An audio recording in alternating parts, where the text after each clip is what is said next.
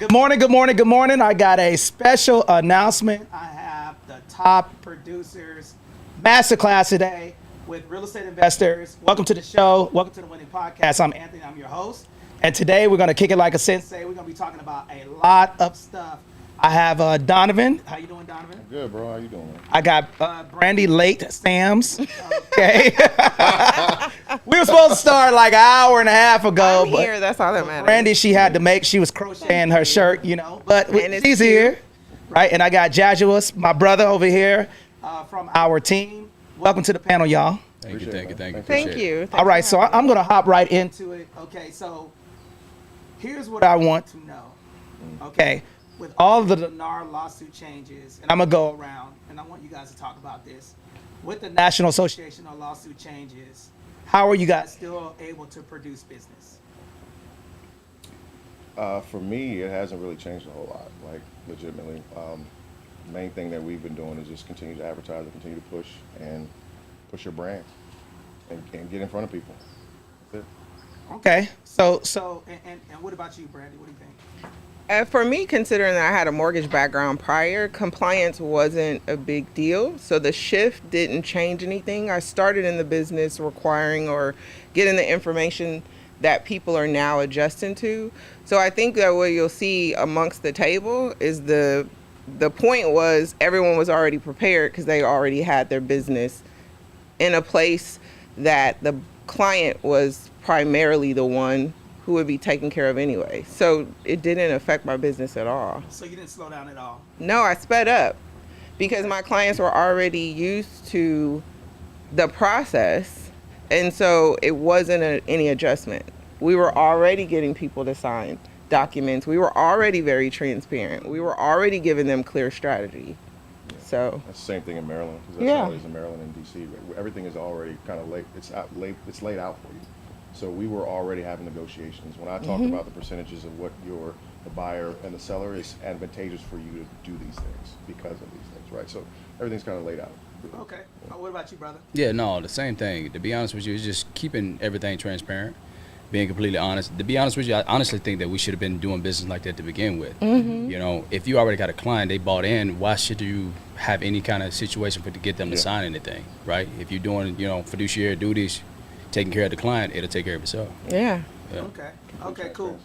What made you get into the real estate industry, Jazz? To be honest with you, it started when I bought my first property. When somebody told me about that VA home loan, I hit the ground running.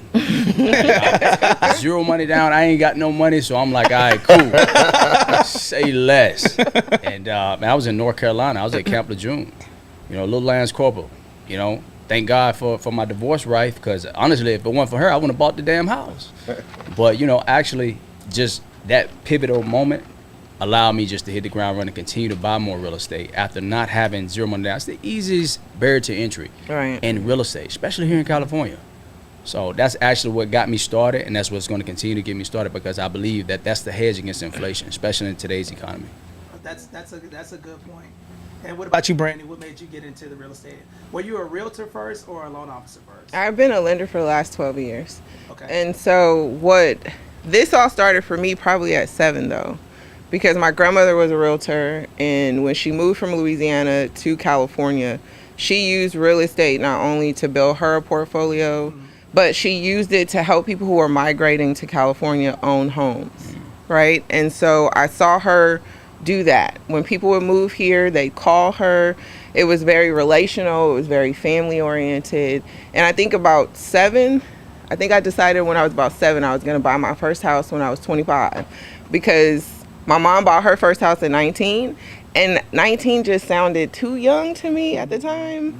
I was like, I don't know. 25 was the number. And at 24 and a half, I was under contract to buy a house. And I don't even think it was a super conscious thing. I think that it was an environmental, right? At that point, I didn't have the desire to be a realtor or to be a lender or to do any of those things. It was just a natural matriculation. Like, if your family goes to college, you go to college. Your family own property, you own property. It didn't have the knowledge back then, but I'm glad I did it when I did, because my very first house, little to no money, because who has a lot of money at 24, right? Yeah. And ended up needing to relocate, made 6 figures off my first house in a year and a half. Now I like money, There you go. so I was hooked. And so then needed a job, was looking for something to do when I moved out of state. And I thought, let me see. Called around some places, and I just started. I started in title and escrow. I did that for 10 years. I advanced in that area, moved to a different state, found mortgage because I was curious, been a part of $1 billion worth of transactions. And then that's all she wrote. And that's it. Like, I think that when you find something not only that helps people, I think that's ultimately what I saw my grandmother do. She helped people transform their lives, transform their legacy last names, have something to pass on. And even though she's not on this side any longer, I am thankful that she did the investment and my grandfather did the investment, so I can say I'm a 6th generation landowner, right? My niece has a house and she's 12, Wow. right? Like, And I think that's the part where I feel like that's kind of like the part where I feel like people are missing, right? Yeah. When you start into something, you have to make sure that real estate is not necessarily about you. Sometimes it It's could be not. about you passing down generational wealth, and what other way to start it. And I want to ask Donovan, what made you get into the game? Well, it's not as extravagant or as everyone's story is important. as luxurious Everyone's story is as important. that. I'm originally from California. I got my degree in economics, and for me, it was numbers. Right? It was seeing how the impact of you can acquire a house. I mean, hell, being out here and we're in Temecula, but I remember when I bought my first house was in Corona, and the guy who bought that house before paid $100,000 for it. He sold it for $567,000. You know, literally. He was like, I damn. was like, yo, what? How is this? And I start looking How at you gonna numbers. have I start money looking at like that? numbers. It's like legitimately, like you can buy a property in California, and it only takes you, 5-6 years for that to double, triple in comparison to any other place in the United States.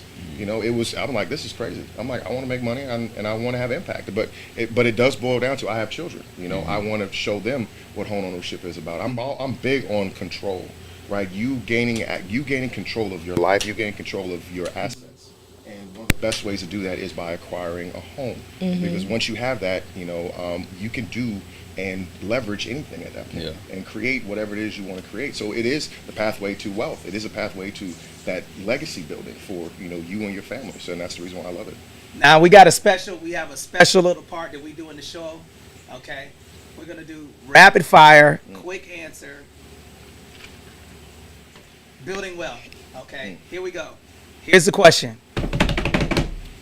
All right, so Jazz, I am going to wait till the market crashes. What say you for somebody telling you that? If you're telling me that the market's going to crash, or you're waiting for the market to crash, I'm going to tell you that's the wrong decision to make, right? I'm going to tell you why, because here's what's going to happen. You're going to get outbidded. You're going to get outbought. Most people during that time are already going to be 10 steps ahead of you. And by the time that the market does crash, you're going to be wishing you bought at that very, very lowest price point, because it's going to go up. Nobody can predict the market. That's not something that we can do. So the best time for you to get in real estate is, for one, when your finances are right, because nobody knows that better than you. I will hope nobody knows that better than you.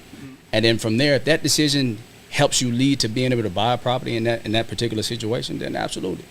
Definitely. I would not wait. Good answer. What say you? I don't have a crystal ball. So do you want to place now, or do you want to place when you might, like later, at the end of the day? And who do you think makes more money? People who buy at wholesale or people who buy at retail? That's a good question. Actually. Dang, if you think about it. It's like, I don't know. Look, he always got to go behind her. If you notice, he's like this. I want to tell you that. I feel like I'm in family. Good answer. Oh, it's on me? Oh, sorry. No, I think that this, as we all said before, we cannot predict the future. Like I said, I got a degree in economics, and there's nothing that we can do, literally put out here and say, hey, look, You know, if yesterday was great, today can be terrible, right? Interest rates. I look at interest rates as entry rates, right? It is your fiduciary responsibility to acquire assets, to leverage them for other assets and leverage them for the future.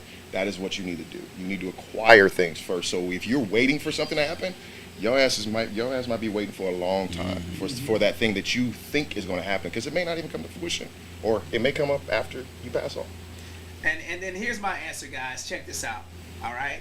I say this over and over and over again. Scarcity, transferability, utility, and demand. STUD. It's a very easy acronym to remember. Scarcity is material scarce right now because of the tariffs. Yes, so you're going to pay more. Transferability. Do people have equity in their properties from the past several years? Yes, because of COVID, there was no listings coming to market. Right. Therefore, you're going to pay more. Utility. Is the property useful that you're buying? And then demand. The less supply, the higher it is. The higher it's going to be. So when people are thinking, we never debate on our show. We always educate people. But I will tell you this, man. Do you want to pay more or less? Do you want because investing in paying in rent is a 100% loss of your revenue. No matter what, you pay $2,000 a month, that money is gone, right? But ultimately, there's two things that you can do in real estate. Number one is your equity, and then number two is your ability to leverage the equity. And then actually, there's a third bonus. If you sell that property, that revenue can be utilized to buy bigger and better deals. Now, next question that I have for you guys. Are y'all ready? I'm going to go to you first. I want to go behind that. I'm not going to look over here. She going to come out and she going to blow my ass. I'm like, dang, I thought mine was to my circumference. I know why she was late. Right, that's what she was studying. She was studying. She was like, ChatGPT, man, Tony sent me these questions. Don't hate the player, hate the game. Role playing in the car. She's like, do you want to win or do you want to lose? I'm like, I mean, it's a wholesale or retail? Wholesale or retail? What's better? I don't know. That sounds a little rehearsed, man. Hold on, man. Don't hate. Nah, we mess with you. I know, I can take it. Here's the next question that I propose to you guys, okay? I believe that investing in the stock market is better than investing in real estate. What say you? Well, stock market again is one of those things that you can't control. We don't have a crystal ball. We cannot predict what's going to happen. We don't know if Tesla or whatever is going to go up today, and it's a high point of entry to get into if you really want to make some money. You can play around with it. I believe in definitely educating, going into and trying to understand what stocks are about. But I mean, as far as for me, I prefer real estate because I have more control over it. Okay. What say you? I don't think it's a situation where it has to be either or. However, there's one you absolutely need and one you may want. You need a place to stay. It's a basic need, right?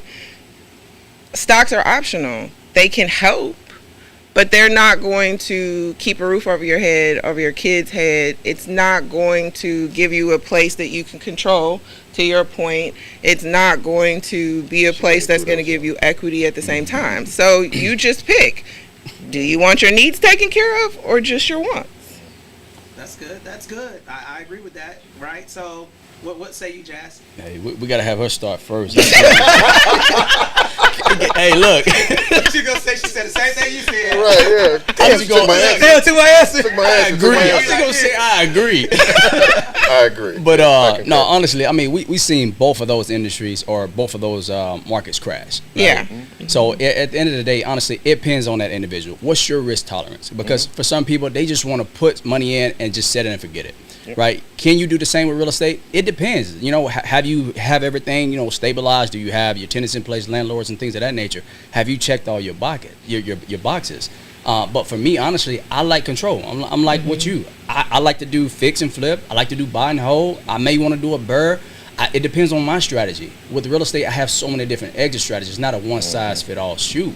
So that's why I like the flexibility and the autonomy to be able to make different decisions as far as what may work best in this market, because the market changes and I can't depend on the stock market doing this thing. I just want to make sure that I'm comfortable with whatever decision that I make. I think he just brought up a good point though, what you just said. At the end of the day, if you look at both industries, which one bounced back? Bounce back. Right, to the original. Because even your point about the market crashing, right? So people lost value, but they got it back. Plus, Yep. it rebounded. Absolutely. People who invested in like savings and loans, did they get any of that money back? No. Look at that. And that is and this encapsulates what I was about to say. I need to listen to all y'all's answers. Y'all don't notice that I'm going last because they give me time to think. I'm like, all right, I'm gonna come back. I Okay. had so many heavy I mean, since she was late, we had time to study. I know, for real. Right, yeah. So here's what I want to tell you guys. If I buy 100 shares of Tesla stock and Tesla goes out of business, that's 100% loss on the money that I have. You can't see that stock. The property, you can see it, feel it, touch it. It is a tangible asset. Okay, it's real, right? So when you buy a property, the value might go down, but when the value goes down, there's something called depreciation. Okay, so you get more tax benefits from real estate. Real estate prints money for you. Stocks don't. Okay, stocks prints the money for you to be able to replace you working in a business, and then you can leverage that revenue that you get from the real estate to invest in the stock market. So it's not this or that. Sometimes it encapsulates both. I feel like I'm warming up. You know what I'm saying? Rapid All fire. right, you know. All right, my what does it say? Wind stink today. Okay. All right, so what's a wind stink? Well, he's got Like winology. instinct. Wind instinct. Yeah. like Instinct. instinct. Oh, But it's winning, though. I'm learning something Yeah. new I today. mean, it could have been stink. You win and you stink, or else One, right? Okay, I learned something. If you notice, But she's like, it was what is that? I don't understand. That is incorrect on your shirt. It's That was spelled not on wrong. It's a ChatGPT. W on I there. just wanted to ask. ChatGPT did not give me an answer for that one. No. Now here's the next rapid fire question that I have for you guys. All right. Okay. What advice would you give a person, first time home buyer? What are three quick things that you would give a first time home buyer that they should prepare for when getting into real estate? Donovan, you first. Paperwork. Be prepared to sit down and sign your life away, right? But no, that's towards the end. But it's being patient, right? Understand that your first house that you walk into may not be the best house that you walk into, right? So take your time, walk around, ask questions, ask as many questions as possible, but be comfortable and be certain in your decision. Because it is a permanent transaction. This is something that you're going to be in for a while, right? You're not buying it for a year, and then especially if you're using your VA loan, or using a mortgage to acquire a property. This is something that you're going to be in. So get comfortable, like the area, do your research, again, ask questions, and be prepared for a stressful process. That was like 9 tips, but we'll let it go. I'm long-winded. He's like, all right, I want to tell you, first thing that you got to do, What you got to do is you got to sign that contract first so I can get paid. All right? Nah. What you got? What you Well, got? he took half my answers. I I mean, it's okay. You took all my answers. Like 20 I see the little bead of sweat drip down on Jazz. He was like, oh. Somebody got the armor hands right now. Trying to see what Brandon gonna say. Realistically, I definitely think the first step for anyone is to make a decision, right? Every single person that can help you to achieve your goal is going to need you to be clear on this being a goal for you, right? We're not here to make you want it. You have to have that desire. That's the one thing we can't give you. And the clearer that you are, then I would say picking the right team would be my second tip, right? It's really important that you pick someone, to me, in my personal opinion, that is there to guide you as your co-pilot. But you chart the course at the end of the day. They're not there just to tell you what you want to hear. They're there to tell you what you need to hear, to give you the real of what's going on in the market, and to help you make decisions with strategy. Strategy doesn't always have as much emotion. So while we like to look at the curtains and the paint on the wall, I didn't make $145,000 on my first deal at 25 because I looked at the curtains. I looked at the market trends and how many people were moving into the area and how the appreciation was double what Oakland had at the time, right? Strategy matters. And with that, just enjoy the process, right? Like, just enjoy it. So Jazz, what you That's got? good. That's good. What you got, Jazz? What you got, Jazz? That was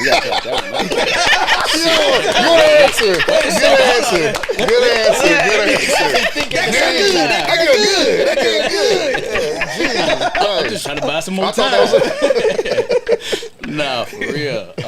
Man, you hit it right on the head. To be honest with you, but I'm gonna say clarity. because that's a big issue, because you'll get into finding property. So what I tell most clients, honestly, when we get started, tell me your non-negotiables. I want to know that first, because that's going to help me get more clear and more concise on what I'm looking for. Because if you tell me, hey, I'm looking for only a 3-bedroom and a 3-bath, I want a spacious kitchen, open lot, those are the things that we're going to be looking for. We're not going to be looking at no condos. We're not going to be looking at no townhomes, things of that nature. So I need clarity from you first and foremost. And I get it. That may change. That may switch. But at least we got something to work with, and we got a foundation. You don't build a house from the top. You build a house from the bottom up. So that's first and foremost clarity. And then two, like you brought it up, team.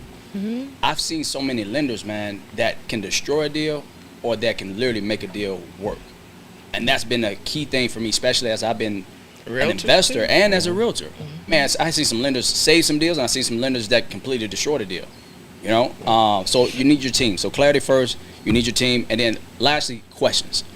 I need you to do your homework, and I need you to ask me questions, because I don't know what's in your brain. I can't pull it out. I can't pull teeth to get clarity and understanding of what you need. So do your due diligence, ask the questions. I said that. You know what I'm saying? So that's all I need. That's all I need. Make sure you have your questions ready to go, so that way I can be able to answer those in a promptly and concise manner. That's a good answer Absolutely. too. And then Hey, one for me. Brandy 91, Jazz 2. Let's get it. You gotta So get here's the advice that I'm going to tell you. to Don't be a little bitch. Stop being a scary bitch. I'm saying it. Look at me. Look, I'm being honest with you. This is a real unfiltered podcast. Stop being so goddamn scary, okay? Look. The reason why I'm saying this is because there's a lot of people that are afraid to make money. That's number one. Stop being a scary ass, okay? Number two, real estate professionals are on your team. They're here to help you, okay? Now, the people are here to help you. Listen, we don't get paid unless we get the best optional for you. Who represents you matters. Now, a lot of people are not going to like me saying that, but I'm just keeping it real. You know, sometimes this client feels like the real estate professional is trying to do something shady against you. We're not doing that, the camera. And then the last and final thing, I don't see the picture up there. The last and final thing that I'm going to say is this, man. Look at it from an investor's perspective, not a purchaser's perspective, because you're going to end up making a mistake or buying something that does not make sense, okay? So any real estate that you buy, you're investing in it for the long term. So if you're going to do something like that, you want to make sure that if you're going to do that, that you're doing it in a way that it makes sense. So look at it from an investor. Here's an example. If you go into a property and it has granite countertops, stainless steel appliances on an acre, and it's priced well, okay, and it has the bedroom, bathroom count that you need, you're probably going to pay more for it. But you might get that same property that needs a little bit of carpet, that has a drywall hole, but has the bones. You can always change the makeup, but you can't change the layout of the property. So when you're looking at this, look at the long-term value of it. And, again, scarcity, transferability, utility, and demand. Those are the 4 economical things that create value. Next question. What was the absolute worst client that you ever had? He's like, his name was. So I'm in Maryland, right? And I'm around a bunch of engineers. Like these, it's just, they overanalyze everything. So I had one guy, legitimately, he wanted to sell his property himself. And it was one of the toughest transactions to potentially, work, because I was working with the client. It's actually the one that you referred me. Remember that one? Remember that guy? Did you make money? No, he left. Remember, he was crazy. He fired like 4 agents, man. He got fired, bro. I left. I quit. And I couldn't do it anymore. But no, that was one of the toughest ones. Is that a bug around me? What is that buzzing around me? Okay, it's big too. You're scared. It's big. What is it, man? I heard it, man. Yeah, I did too. That's why I was in here like, that's not okay. That's not all right. Listen, did y'all see it? Khaleesi, get your dragon. Khaleesi, get your dragon. Look at all of these muscles and all. Khaleesi, get your dragon. I don't deal with bugs, man. He is 7'9". I am not 7'9". I'm 6'4". Right. But that is not. I don't like bugs. Look, I'm with you, Donovan. Me too. I was like this. Yes. I thought you had a remote. I thought it was something over here in the pool. So We know Bruno. Listen, Bruno, hey Bruno, I thought you had a remote and it was. He it was did that. red. I told you. Tony. That's not cool. That's not cool. Anyway, but no. So trying to stay focused. Trying to stay focused, y'all. Trying to stay focused. All right. But yeah, it was just dealing with that particular client. He did not know what he wanted. He didn't have clarity. He didn't have, he had all these things that he said he wanted. I provided that for him in the first house that we went to see. But because we were negotiating with a guy who did not have representation, a realtor representation, he didn't like that. So he said he pulled the deal back, and that was the best deal. Let me tell you something funny about that situation. Oh I my sent God. that. I sent that pre-qualification for Donovan. He was wearing my ear out. I don't know what this means, and I don't know what that means. I don't know what this means, and then I don't know who's. And I'm like, bro, listen, man. Look, either you want to become an investor or not. That deal was like 2 years ago, right? Yeah, Almost 2 years ago. 2 years ago. Hey, my friend, I want to tell you something. Guess what? Yeah, I don't think he still bought a If you house. would have invested in real estate 2 years ago, okay, in that local area, that decision that you made not to invest cost you $115,000. 100%, dude. Look, I want to give you a thumbs up, brother. So sometimes, again, the reason why I'm saying this is because I think that there's this big misconception that, the realtors are out, out to get you, right? But guess what, man? All of the phone calls that we have to make, all of the meetings that we have to make, all of the driving around, all of that is at the expense of us. We don't make 1 red cent unless we do a very good job. And guess what? Typically, we're asking for the sellers to pay our buyer broker compensation anyway. We're negotiating the best deal for you. So I want you guys to get that out of y'all's head, man. Realtors are not against you. We're actually here to help you. And then ultimately, if you buy a property for sale by owner, the question that I would propose to you, if you miss something on that paperwork, do you want them to go after us or you? well, That part. Okay, so our license is on the line for that. Now, here's the next question that I have for you. Oh, what's your worst client? Worst client? Worst client? Sorry, Worst client. We're scared of Brandy. It was a Beatles. I've never had any worst clients. no, yes, I have. All my Okay, clients have tell been us the worst wonderful. client. Tell us his name. It was a Drop her. the Was T. it her name? Oh. What's her name? It was a her, but I think that she encapsulates the people who are so sensitive about their situation they don't want to hear the truth. So she had major challenges. She had no money, no credit, and that by itself isn't a bad thing. And I created a plan for her. We were talking one day, and I said to her straight up, because she wanted to go above her budget, like $150,000, because again, she was emotionally invested in whatever it was she was looking at aesthetically. And so I told her, I said, well, the current reality is you're not prepared yet, but if we do this, then you will be. Because I mentioned the fact that she had a bankruptcy, she got mad, she got an attitude. She felt like because I was in a different situation that I was judging her. I didn't put you in bankruptcy. Like, that was your stuff. This is your Like, I problem. literally just had a straight conversation, and I wasn't being mean. I was really nice. I sent it really friendly, like the whole thing. And she just had an attitude. She was just like, well, you think because you have a house and you da-da-da. I said, ma'am, you are projecting. I'm here to serve you. You became her therapist real quick, though. When you said Seriously, you like, projected, all I said don't use those was, technical terms on me. you can't qualify for a $500,000 house with $2 in your pocket. But if you trust me, we'll get your credit here. I can help you find the money. I only mentioned the fact that you had a bankruptcy because you're not out of the area to qualify for a loan. That's the reality. That's not the emotion. Absolutely. That's crazy, Right? man. And Finances and feelings don't go together. they don't. And so she fired me, which was fine, because if you're that sensitive about your situation, I think that's the other thing. Realtors aren't here to judge you, but you do need to be honest with us about your situation because it can make a difference. Would you rather we put together a strategic plan for you now that take you 9 months, or get you under contract? Your emotions are all on the hand. You done found a mover, and then now, because you made a decision, you can't get a house and you're homeless. Like, which would you rather? Do you want me to be honest with you now and Pick you your get heart. there? Or do you want me to lie to you Yeah. and then Absolutely. all of a sudden you're under a bridge somewhere?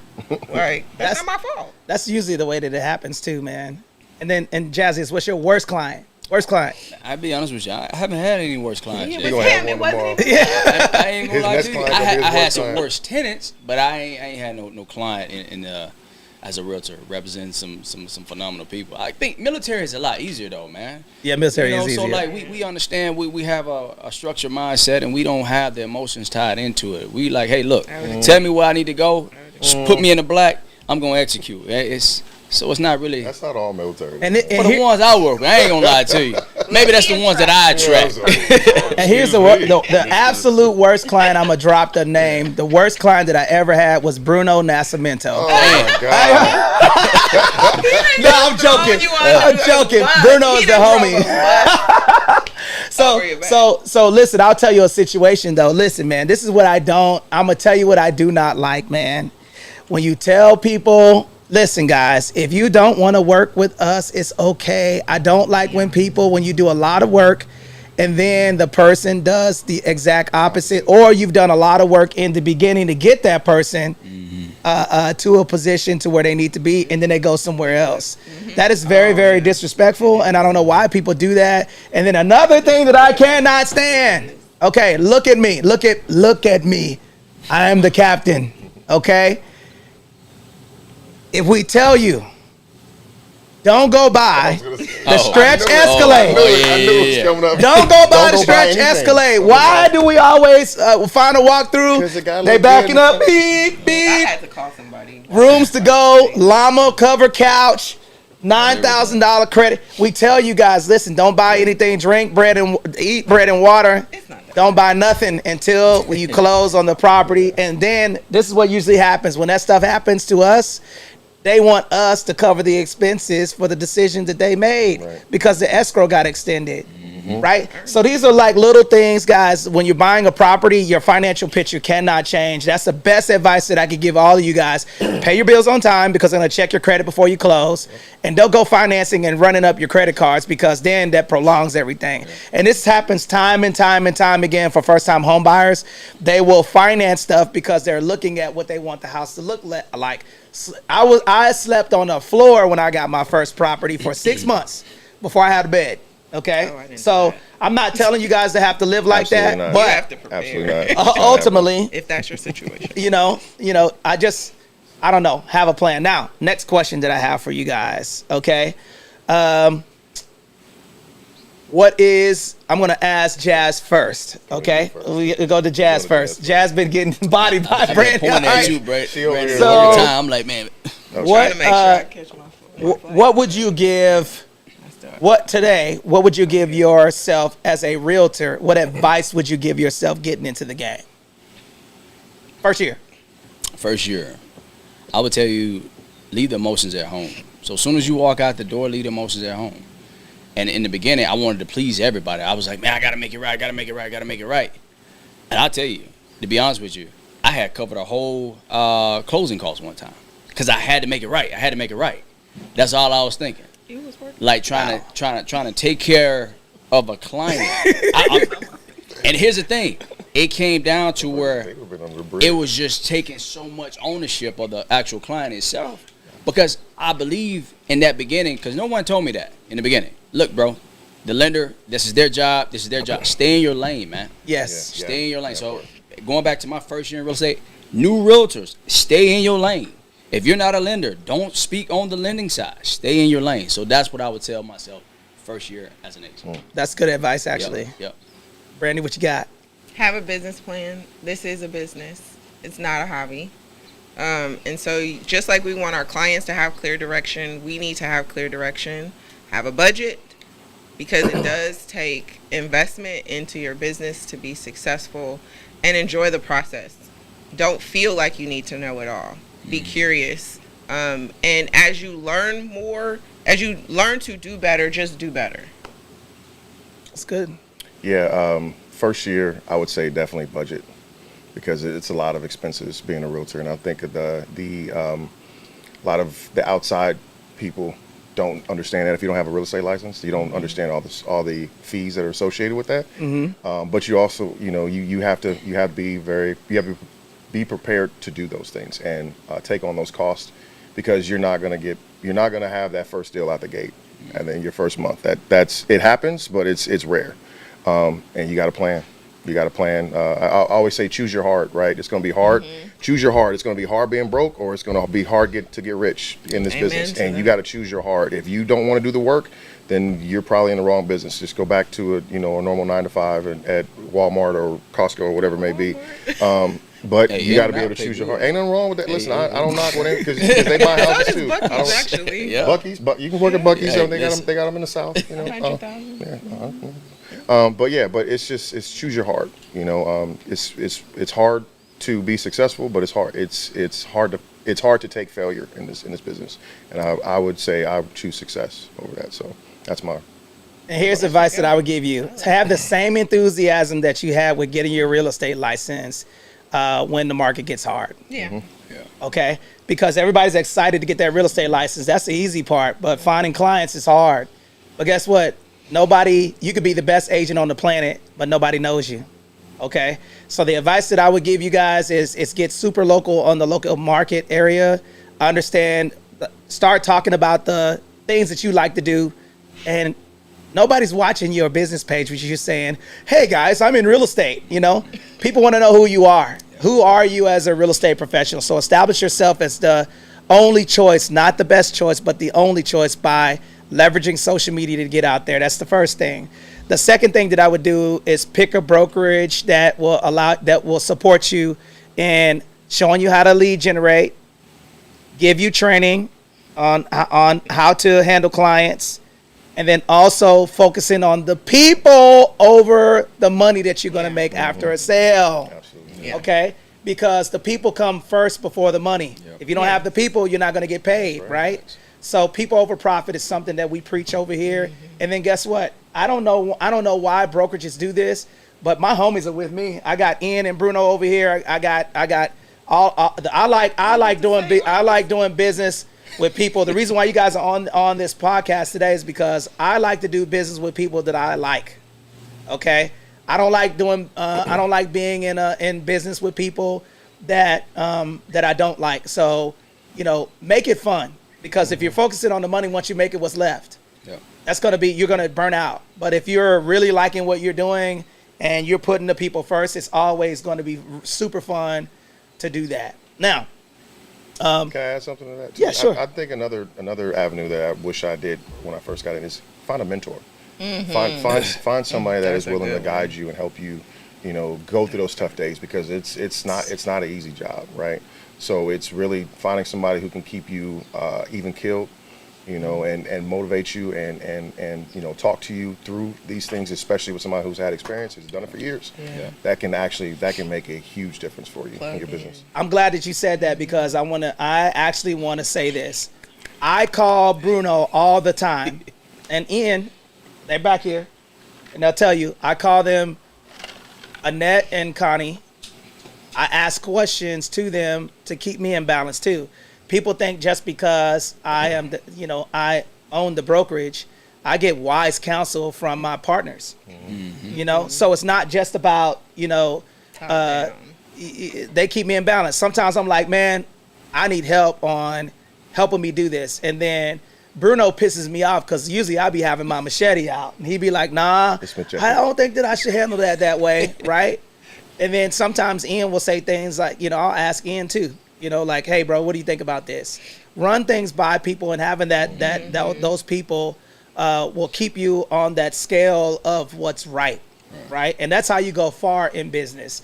People that have commission breath, that do a lot of sales, I would rather have less sales and build a relationship with people and have them repeat business versus a bunch of sales and then it's transactional, like those people that are buying leads off Zillow. But I don't. You're just talking about nothing. I'm just saying, we're not in the business of having to buy leads. Okay, we're in the business of building a relationship and rapport with people.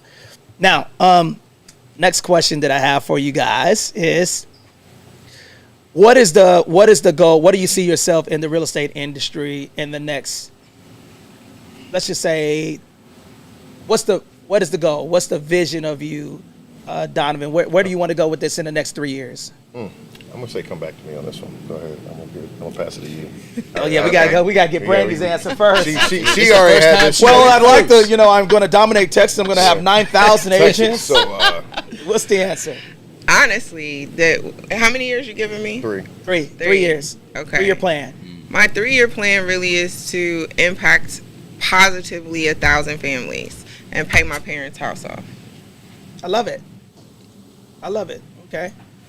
And shout out to our dad. Okay, Yeah. Pops is a veteran, so that's how we connected. Yeah. So shout out to Civic them. What do you say, Sam's. Jazz? Yeah, so I'm gonna take my little 10-year plan. I'm gonna put it in 3, but in the next 3 years, have my master's in real estate development. Okay. So, Love it. Right there at SDSU. So have that taken care of, and then from there, scale it a much larger window. Instead of just helping actual families and things of that nature, let's build more homes. Let's actually put some actual properties and things of that nature, so I can find something that's a little bit more affordable.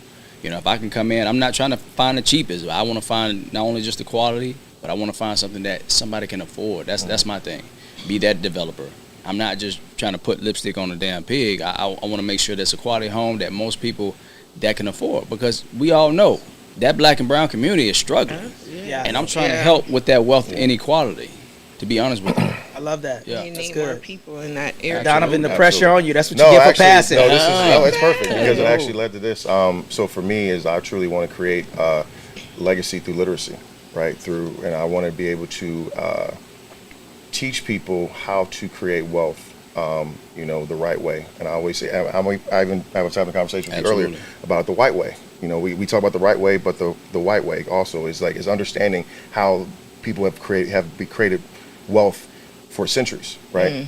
Through legacy, and I think that's the biggest thing is for me is being educated, getting into different industries, understanding how all these things can integrate together and do so many things as a combustible engine that can actually take you to different levels.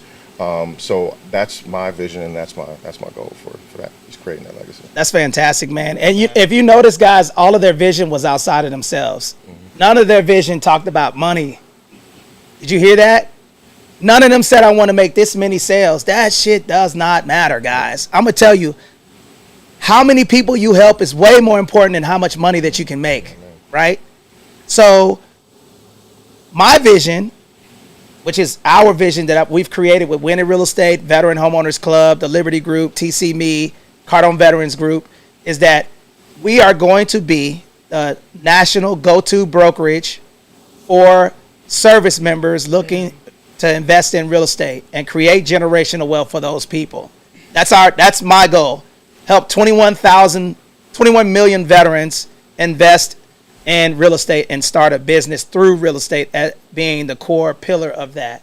And the only way that we can do that is that we got to do it. But guess what? One thing that my friends will tell you about me is that once I set my goal on something, I will die trying versus living with regret. Okay?